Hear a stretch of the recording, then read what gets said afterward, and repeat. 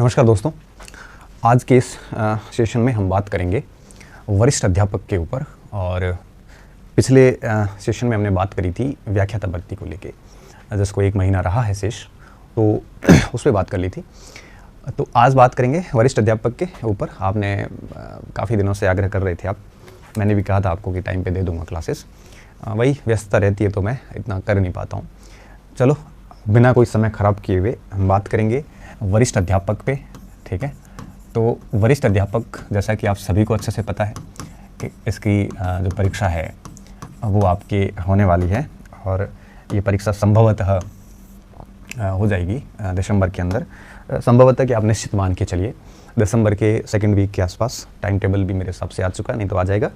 तो 12-15 दिसंबर के आसपास एग्ज़ाम जो है वो धीरे धीरे शुरू हो जाएंगे। मतलब आप ये मानिए कि आपके पास में अब 3 महीने का समय शेष बचा है, ठीक है। 3 माह का टाइम शेष बचा हुआ है, और 3 महीने में हम क्या कुछ करते हैं ये बहुत ज़रूरी होता है एक सिलेक्शन के लिए। मेरा ये मानना है, और मेरा एक व्यक्तिगत अनुभव भी है, कि आप कितनी भी इंटेलिजेंट क्यों ना हो, अगर आपने कितनी भी बढ़िया तैयारी क्यों ना की हो, अगर आपने अंतिम 1-2 महीने 3 महीने ख़राब कर लिए तो आप चयन से वाकई में दूर हो जाओगे, और आप यूँ कहिए कि योग्य होते हुए भी योग्य हो जाओगे।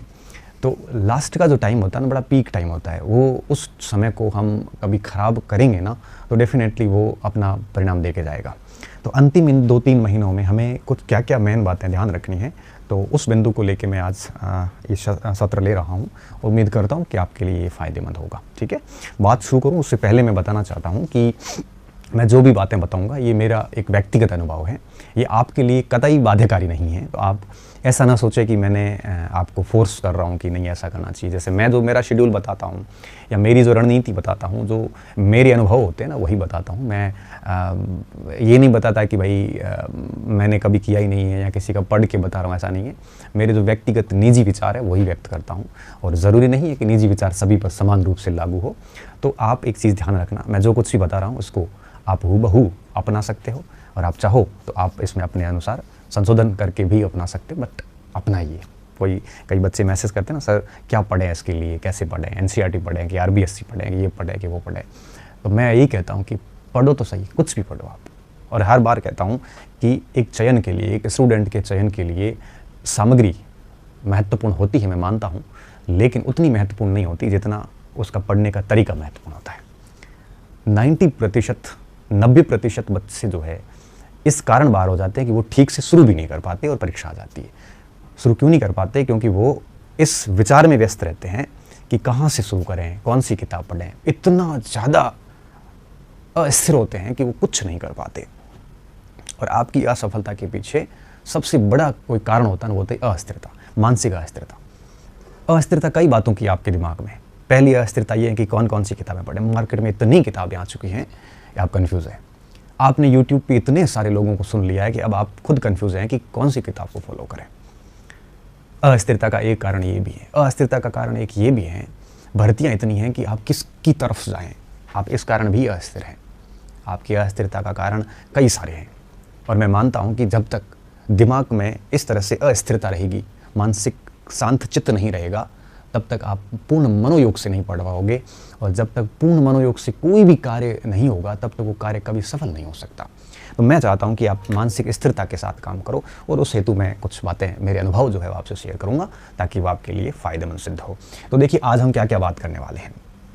सबसे पहले हम बात करेंगे कि ध्यान रखने योग्य बातें कौन सी हैं, जो आगामी 3 महीने में आपको ध्यान रखनी ही हैं, ठीक है।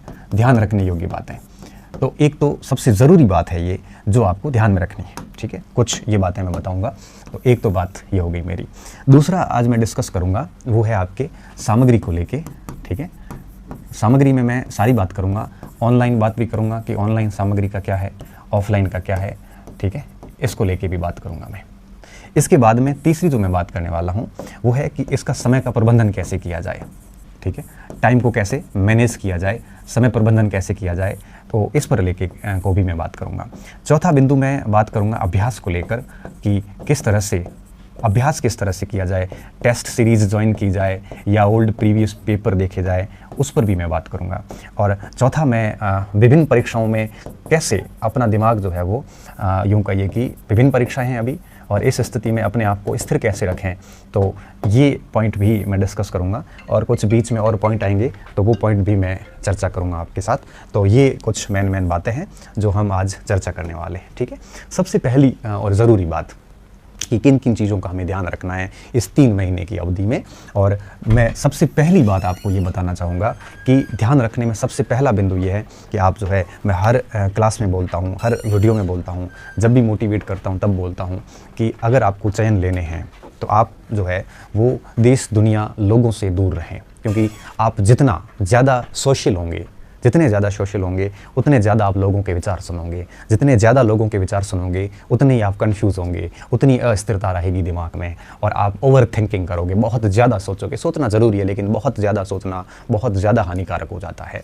तो और बहुत ज़्यादा सोचोगे तो फिर आपकी पूरी ऊर्जा सोचने में नष्ट हो जाएगी, पूरा दिन खराब होगा और ऐसे कई दिन खराब होते जाएंगे। तो सबसे पहली जो ज़रूरी बात है वो है आपका सोशल कट होना ज़रूरी है।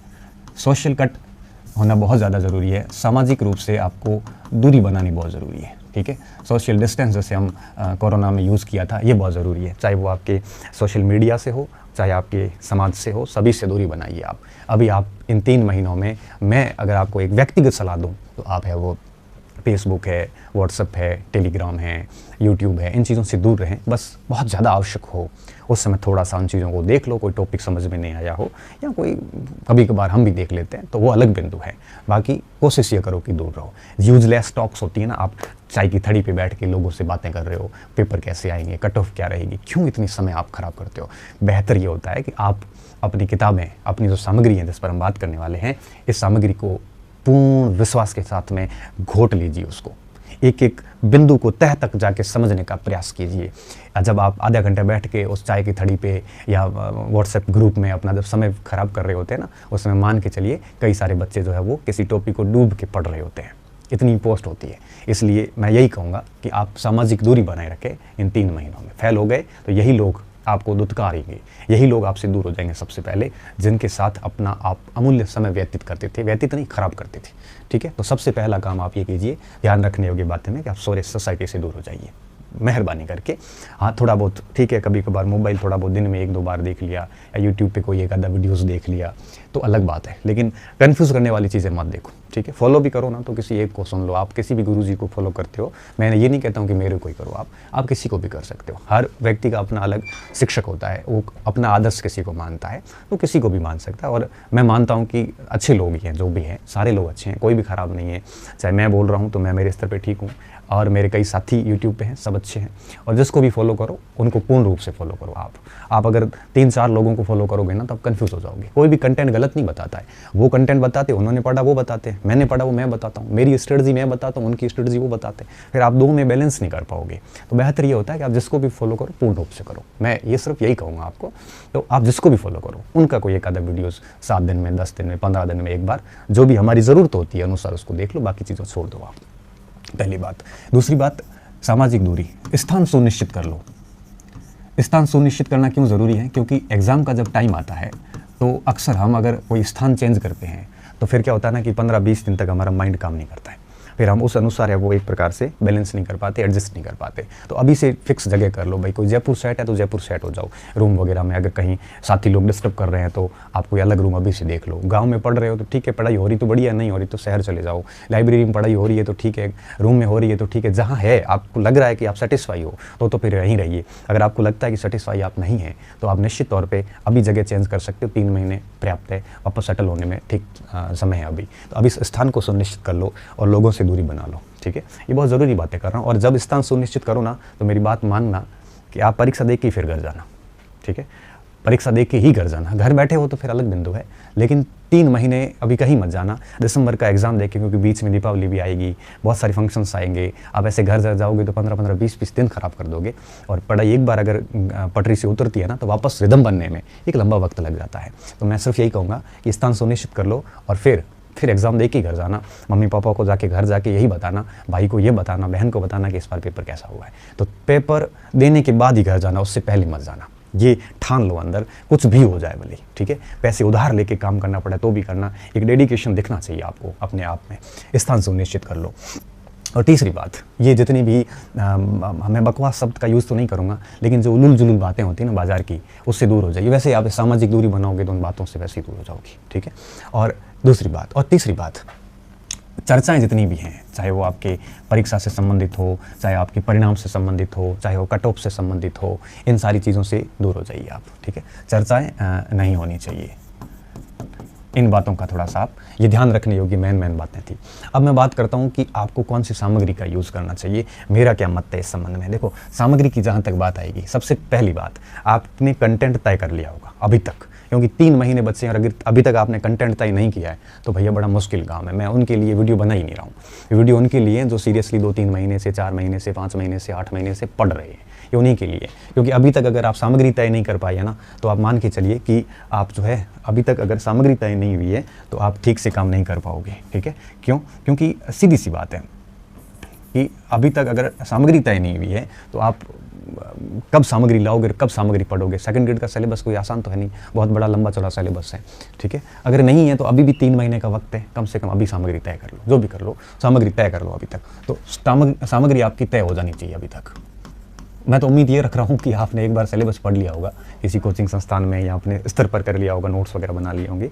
अब भले RBSC पढ़ो, NCERT पढ़ो, किताबें पढ़ो, ऑथेंटिक किताबें पढ़ो, कुछ भी पढ़ो, मैं ये कह रहा हूँ कि 100% सवाल कहीं से नहीं आते। और मैं ये भी कह रहा हूँ कि अगर आपने जिस स्रोत का यूज़ किया 80% से ऊपर उस स्रोत से भी आ जाएंगे, चाहे कोचिंग से किया हो, चाहे किसी भी किताब से किया हो। और कट ऑफ आपके 70% से ऊपर रहती नहीं है, जहाँ तक मेरी जानकारी है।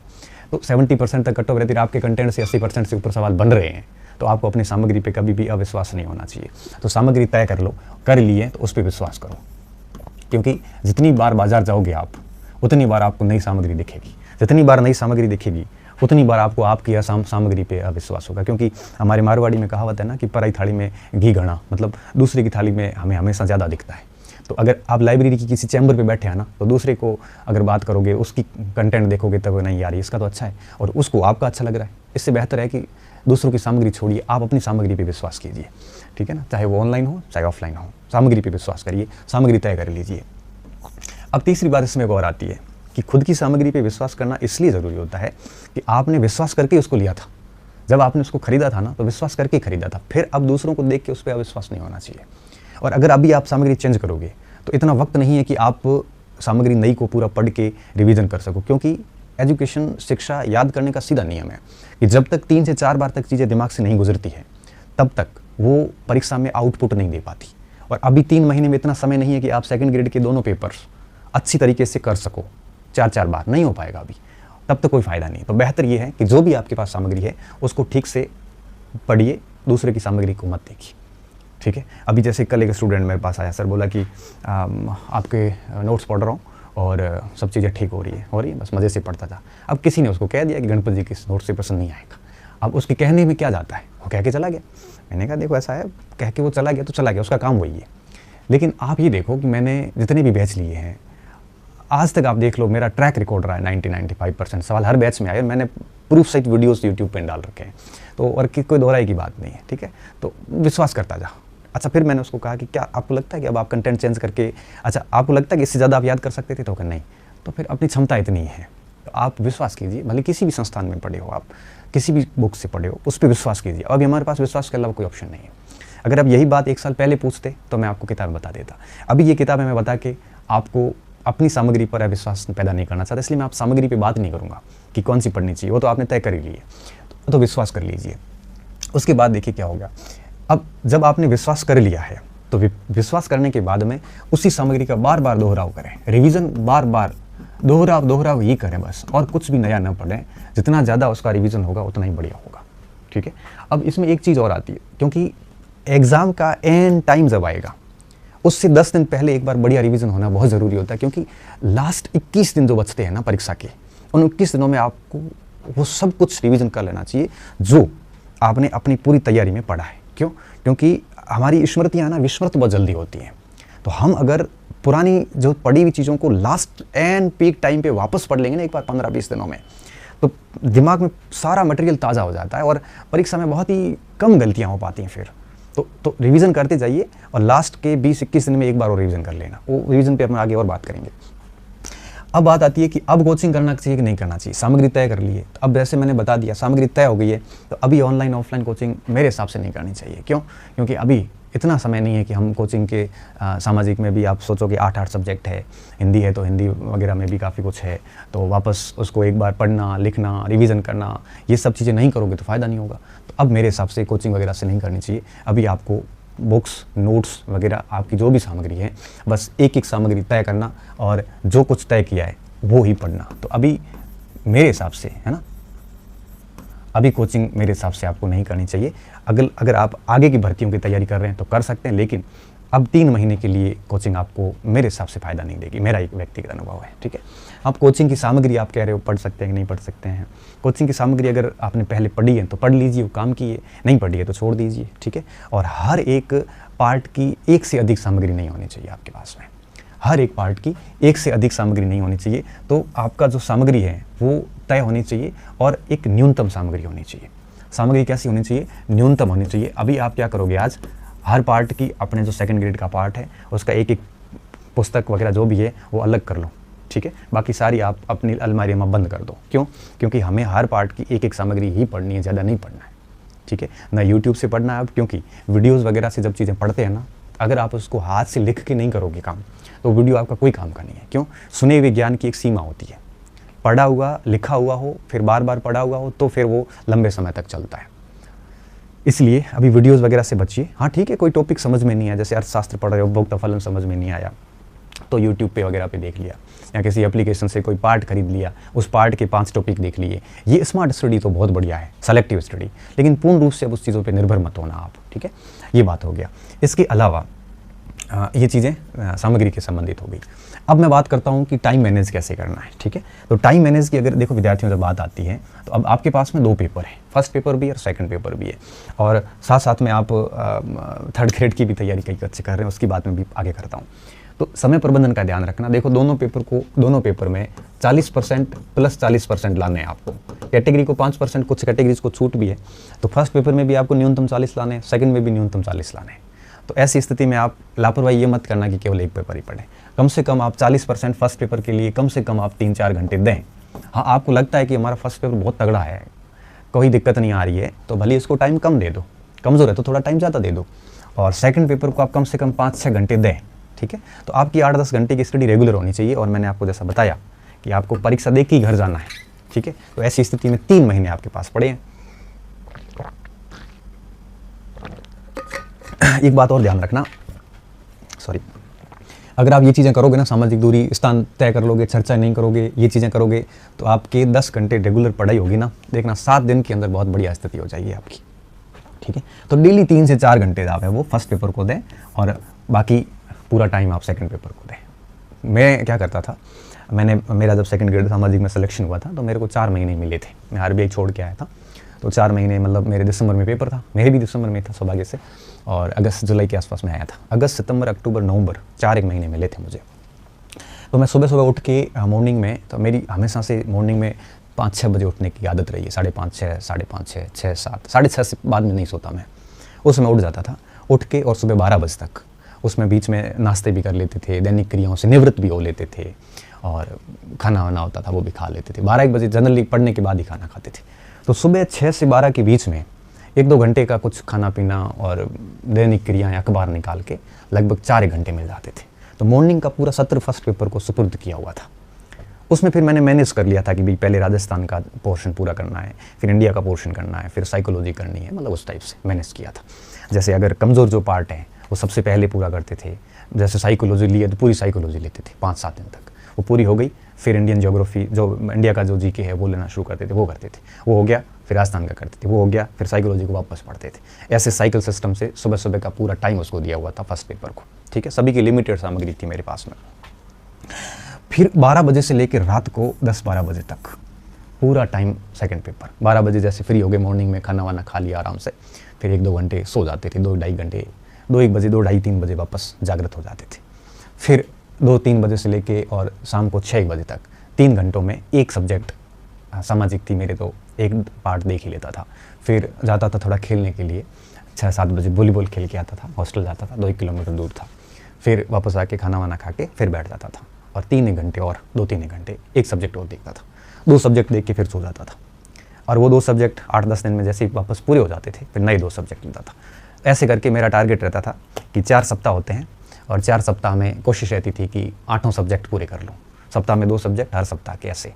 तो मेरी टू टेक्निक थी। आप ऐसे ना करके अगर 2 सप्ताह में हर दिन 2 सब्जेक्ट पढ़ लीजिए आप, ठीक है। आप कोशिश ये कीजिए कि पहले 2 महीने में, पहले 2 माह में, अभी जैसे सितंबर चल रहा है और अक्टूबर 30 अक्टूबर तक कोशिश कीजिए कि आप अपना एक बार पाठ्यक्रम ठीक से पूरा कर लें, ठीक है, सेकंड पेपर का। फिर लास्ट में अक्टूबर हो गया, नवंबर में एक बार फिर कोशिश करो कि कोर्स पूरा हो जाए, और लास्ट दिसंबर में लास्ट जो 15 दिन बचेंगे, 10-15 दिन, उन 10-15 दिनों में एक बार फिर रैंडम ऊपर से देख लो उसको। तो ऐसे करने से क्या होगा, 3 बार कोर्स हो जाएगा आपका, ठीक है। और ये 3 बार कोर्स अगर आपके पास में मटेरियल सीमित है तो आप डेफिनेटली कर लोगे, और आप इन चीज़ों को फॉलो कर रहे हो तो निश्चित तौर पे कर लोगे आप, ठीक है। मेरा ये था कि मैं महीने में एक बार कोशिश करता था, लगभग कर भी लेता था। रिवीजन में मैं क्या करता था, मैं हमेशा शॉर्ट नोट्स वगैरह बनाता था। अगर किसी पार्ट के शॉर्ट नोट्स नहीं बनाए मैंने तो मैं उस किताब के अंदर अंडरलाइन वगैरह कर लेता था। फिर जब रिवीजन करता था तो मेरी ध्यान उसी चीज़ों पर जाता था जो अंडरलाइन है या गोले किए हुए हैं, उन पे ज़्यादा ध्यान जाता था। और जैसे कोई शब्द है, जैसे मान लो कि मैं न्यायिक पुनरावलोकन पढ़ रहा हूँ, तो पुनरावलोकन के ऊपर मेरा ऐसे घेरा किया हुआ है, मुझे पता चल जाता था आर्टिकल 13, ना मेरी कान, शक्तिशाली दान, वो देखते मेरे दिमाग में सारी बातें आ जाती थी। बाई द वे नहीं आती तो मैं उसके नीचे का पैराग्राफ पढ़ता, अगर आ जाती थी तो फिर वो पैराग्राफ छोड़ के नेक्स्ट पे आ जाता था। इससे क्या थोड़ा जल्दी रिवीजन हो जाता था। तो आपको टारगेट रखना है कि इस तरह से चलना है आपको, ठीक है। मैंने बता दिया आपको कि 12-1-2-2-2-2-2 बजे से लेकर रात को जितना भी ये 5-6 घंटे पढ़ाई हो जाएगी। 2 सब्जेक्ट साथ में ले लो आप, ठीक है। 2 सब्जेक्ट बेस्ट रहते हैं, 3 ज़्यादा हो जाते हैं, 1 कम पड़ जाता है। एक में क्या दिक्कत आती है, 1 करके फिर दूसरा करोगे, 8वें तक आओगे तब तक पहला भूल जाओगे, तो ये दिक्कत आती है, ठीक है। और इसमें फिर आप साइकिल सिस्टम में चलते रहो, फर्स्ट पेपर में तो है ना, ऐसे राउंड में चलते रहो, एक पार्ट पूरा किया, दूसरा करो, तीसरा करो, चौथा करो, फिर वापस पहले पे आ जाओ। तो ऐसे करके चलोगे तो 2-3 बार इसका भी रिवीजन हो जाएगा, ठीक है। तो ये बेहतरीन टाइम मैनेजमेंट यही है। अब इस टाइम को मैनेज करने के लिए ये चीज़ें बहुत ज़रूरी है, इसलिए मैंने ये बातें पहले ही बता दी। अगर आप सोच रहे हो कि नहीं मैं आधा घंटा फ़ोन पे व्यतीत करूँगा, फिर आधा घंटा यूट्यूब में किसी मोटिवेशन को सुनूंगा, ऐसे करोगे तो भैया ये टाइम टेबल पहले दिन बिगड़ जाएगा। टाइम टेबल को व्यवस्थित चलाने के लिए आत्मनियंत्रण बहुत ज़रूरी है। अगर आपके अंदर संयम नहीं है, आपके ऊपर आपकी इंद्रियों का कंट्रोल नहीं है, आप हर 1 घंटा पढ़ के फिर आधा घंटा फ़ोन देख रहे हो, आप दोस्तों के पास 2-2, 4-4 घंटे गप्पे मारने जा रहे हो, तो आप कभी भी इस शेड्यूल को फॉलो नहीं कर सकते। और मुझे बहुत अच्छे से पता है कि मैं जो बातें बताता हूँ उसको 2% विद्यार्थी भी ठीक से फॉलो नहीं कर पाते, और कर लिया ना तो मैं दावे के साथ कह सकता हूँ मेरी वो बात वापस कि माँ सरस्वती उसका ऋण कभी नहीं ऊपर अपने रखेगी, वो डेफिनेटली सिलेक्शन होगा। लेकिन करते नहीं हैं बच्चे, क्यों? क्योंकि ये चीज़ें करने के लिए आप सोचिए, अब हमने ये 9-10 घंटे का टाइम टेबल बनाया है, 9-10 घंटे का टाइम टेबल हो गया, तो 9-10 घंटे के टाइम टेबल 8-10 घंटे आदमी को रेस्ट भी करनी पड़ती है। पूरा दिन चला जाएगा, उसकी सामाजिक जीवन खत्म हो जाएगा उसका, वो फ़ोन पे बिल्कुल टाइम ख़राब नहीं कर पाएगा अगर इस पे चलता है तो, और इतना हमसे होता नहीं है, ठीक है। तो ये करने के लिए बहुत कुछ त्याग करना पड़ेगा, इतना आसान नहीं होता है सारी चीज़ें, तो ये चीज़ें ध्यान रखना। तो ये तो बात होगी समय प्रबंधन की। टाइम मैनेजमेंट मैंने आपको दोनों पेपर का ठीक से बता दिया, मटेरियल के बारे में बात कर ली। अब बात आती है अभ्यास की, ठीक है। अभ्यास की अगर मैं बात करूँ यहाँ पे, तो अभ्यास में क्या क्या चीज़ें ध्यान रखनी है, ठीक है। अभ्यास में देखिए, अगर सिलेबस हो गया, रिवीजन चल रहा है, तो अभ्यास किस समय करें, पूरा होने के बाद करें या पहले करें या साथ में करें। तो सबसे पहली बात तो ये है कि जैसे जैसे मानो कि आपने कोई 2 विषय शुरू किए, यहाँ पे वो पूरे हो गए, तो उसके बाद में उनकी 50-100-200% जहाँ कहीं भी मार्केट में कोई भी गाइड मिलती है उससे कर लो आप, या आप टेस्ट सीरीज भी ज्वाइन कर सकते हो। लेकिन टेस्ट सीरीज की बड़ी दिक्कत आती है, दिक्कत ये आती है कि टेस्ट सीरीज वो अपने शेड्यूल से चलाते हैं और आप अपने शेड्यूल से पढ़ रहे होते हैं, तो फिर दोनों का शेड्यूल मैनेज नहीं हो पाता। तो मैं थोड़ा टेस्ट सीरीज के पक्ष में इसलिए नहीं रहता कि एक बार अगर आपका सिलेबस ठीक से हो जाए ना, 1-2 बार, फिर आप टेस्ट सीरीज ज्वाइन करोगे तो दिक्कत नहीं, क्योंकि फिर उसके शेड्यूल को फॉलो करने में आपको समस्या नहीं है। लेकिन आप टेस्ट कोर्स पूरा भी नहीं और आप टेस्ट सीरीज ज्वाइन करोगे, थोड़ी सी दिक्कत आती है, शेड्यूल फॉलो करने में समस्या आती है ना। तो पहली बात तो ये है कि जैसे जैसे कोई सब्जेक्ट पूरा होता है उसके पीछे के अभ्यास प्रश्न हैं, पुराने प्रश्न हैं, मार्केट में जो अभ्यास पुस्तिकाएँ आती है वो सारी ले लेके उसके साथ साथ में सॉल्यूशन करते जाओ। लेकिन जैसे ही आपका ये 2 माह में एक बार पाठ्यक्रम पूरा हो जाता है, फिर नवंबर में, दिसंबर में 5-6 टेस्ट, फुल टेस्ट किसी भी कोचिंग सेंटर के दे दो आप, ठीक है। और अभ्यास निरंतर करते रहो। मैं अभ्यास का हमेशा ये कहता हूँ कि डेली कीजिए, जब भी फ्री बैठे हो 10-15% कर लीजिए। जैसे आपने आज कोई टॉपिक पढ़ा है, डेली नहीं तो कम से कम 7 दिनों में जैसे ही फ्री बैठे हैं तो कम से कम उसका अभ्यास कर लीजिए। तो अभ्यास बहुत ज़रूरी होता है, ठीक है ना। और अभ्यास आप पुराने पेपर और पुस्तकों से करते हैं तो ज़्यादा ठीक लगता है टेस्ट सीरीज़ की तुलना में। टेस्ट सीरीज़ में 2 दिक्कतें मुझे लगती है, एक तो उनकी लेवल की दिक्कत रखती है, कई सारे कठिन लेवल होते हैं। जैसे मैं मेरी खुद की टेस्ट सीरीज़ की बात करूँ, सक्सेस पॉइंट पे हमारी चल रही है, तो हम कई बार हमारा पेपर काफ़ी टफ बन जाता है। खूब टीचर्स को बोलते हैं लेकिन फिर भी पेपर टफ बन जाते हैं। हालांकि वो टफ पेपर स्टूडेंट को कहीं कहीं फ़ायदा ही देता है, बट स्टूडेंट खुद अंदर से टूट जाता है। और बहुत कम बनाते हैं तो भी वो बच्चे को गुरूर आ जाता है, उसको गलतफहमी हो जाती है। तो ये सारी समस्याएं जो रहती है टेस्ट सीरीज में, और फिर नंबर कम आते हैं तो मॉरल डाउन हो जाता है वगैरह वगैरह। तो अभ्यास निरंतर करते रहें और कोशिश करें कि पुराने पेपर हो आपके पास में, मार्केट में जो भी किताबें आई है प्रश्नों की किताबें वो भी लेके आ जाओ, और जैसे ही पाठ पढ़ा उसके प्रश्न हाथों हाथ 5, 7, 10 प्रश्न देख लो। अभ्यास ऐसे ही होता है, बिना ऑप्शन देखे उत्तर निकालने का प्रयास करो, फिर प्रश्न उत्तर निकलने के बाद चारों ऑप्शन की वापस स्टडी करो। ऐसे चलोगे ना तो आपको फिर टेस्ट सीरीज की भी जरूरत पड़ती नहीं, क्योंकि मैंने ज़िंदगी में कभी कोई टेस्ट सीरीज नहीं दी थी। ठीक है, तो इस तरह से अभ्यास कर लीजिए, ये सबसे बेस्ट होता है। लास्ट में कोई टेस्ट सीरीज में 5 एक बड़े पेपर लाके दे देना। ठीक है, अब बात आती है विभिन्न परीक्षाएं आई हुई है। तो अब देखो, व्याख्याता की अगर आपने तैयारी की है तो ठीक है, अगर नहीं की है तो अब व्याख्याता की तो आप करो मत। ठीक है, व्याख्याता की आप बिल्कुल आपको करनी नहीं चाहिए, क्योंकि अब 1 महीने में आप कुछ नहीं करोगे समय खराब करने के अलावा। अगर आप व्याख्याता ही कर रहे हैं तो फिर ठीक है, व्याख्याता पूरी कर लो और उसके बाद में आप जो है वो सेकंड ग्रेड कर लेना, वो आपके ऊपर है। अब रही बात अध्यापक भर्ती की, तो अध्यापक भर्ती का सिलेबस काफ़ी कुछ कॉमन है, ज़्यादा डरने की ज़रूरत नहीं है। मैं सिर्फ घर के हिसाब से सलाह दूंगा कि अभी आप पूर्ण दिल से सेकंड ग्रेड कर लीजिए, और जैसे सेकंड ग्रेड हो जाती है उसके बाद 1 महीने में अध्यापक का आराम से मैनेज हो जाएगा। सामाजिक का लगभग सारा कॉमन है, ठीक है, 10% सिलेबस इधर उधर है, वो 10% 1 महीने में आराम से हो जाएगा। तो इन चीज़ों का ध्यान रखोगे तो डेफिनेटली सिलेक्शन भी होगा और बड़ी अच्छी रैंक के साथ में होगा। 3 महीने सिलेक्शन के लिए काफ़ी कुछ पर्याप्त होते हैं, कम समय नहीं है, बस उसको ठीक से मैनेज किया जाए। समय मैनेज करोगे तो 3 महीने में सिलेक्शन हो जाएगा, सारी चीज़ों को ध्यान रखोगे तो। और अगर समय को ख़राब करोगे, अस्त व्यस्त रहोगे, दुनियादारी में व्यस्त रहोगे और डिस्कस करोगे, चर्चाएं करोगे, वाद विवाद करोगे, नेता बनोगे, पंच बनोगे, दिखावा करोगे, प्रदर्शन करोगे, पढ़ोगे नहीं, तो भैया 4 साल में कुछ होना नहीं है। भले आप किसी भी शिक्षक से मार्गदर्शन ले लो, भले आप किसी भी कोचिंग में चले जाओ, मेन बात होती है एकांतता, वो आप करोगे तो डेफिनेटली सारी चीज़ें ठीक होगी। तो बहुत बहुत धन्यवाद विद्यार्थियों, अच्छे रहिए, मस्त रहिए, पढ़ते रहिए, हम आपके हमेशा साथ हैं और दिल से चाहते हैं कि आप इन चीज़ों को फॉलो करें और आपका सिलेक्शन हो। अभी वापस मैं आपको डिस्टर्ब नहीं करूँगा, अभी 3 महीने शेष बचे हैं, लास्ट 1 महीना रहेगा, तब सेकंड ग्रेड के लिए मैं वापस आऊँगा, और तब तक आप बढ़िया से पढ़िए। बस एक चीज़ वापस कहूँगा, इन चीज़ों का पूरा ध्यान रखना, सामग्री फिक्स कर लो, चाहे एनसीईआरटी हो, जो भी आप करना फिक्स कर लो। अब ज़रूरी नहीं कि एनसीईआरटी पढ़ने से ही सिलेक्शन होता है, मैंने भी नहीं पढ़ी थी पहले कभी। ज़रूरी नहीं कि आरबीएससी से सिलेक्शन होता है, आपके किसी भी कंटेंट से सिलेक्शन लिया जा सकता है, बस बंदे में दम होना चाहिए। अगर उसमें दम नहीं है ना तो कॉपी में आए हुए सवाल भी सही नहीं कर पाएगा वो। ठीक है, जो भी सामग्री चुन ली होगी उसको आप कंटिन्यू कीजिए। ठीक है, चाहे ऑनलाइन हो चाहे ऑफलाइन हो। अच्छा, एक चीज़ और ध्यान रखना, ऑनलाइन और ऑफलाइन दोनों एक साथ नहीं चलेगी। जैसे अर्थशास्त्र आपने ऑनलाइन पढ़ी है तो ठीक है, ऑनलाइन रखिए उसको, फिर उसकी किताब ला के ऑफलाइन मत करो। अगर आपने समाजशास्त्र ऑफलाइन पढ़ी है तो ऑफलाइन नहीं पढ़ी, फिर उसका ऑनलाइन मत पढ़िए। देखो, सेलेक्टिव होना बहुत ज़रूरी है, आपको पता होना चाहिए कि आपको किस ऑनलाइन का क्या यूज़ करना है, क्या। एक स्टूडेंट की समझदारी उसकी सफलता का सबसे बड़ा कारक होता है। समझदार व्यक्ति ही मेंटली स्थिर रह पाता है।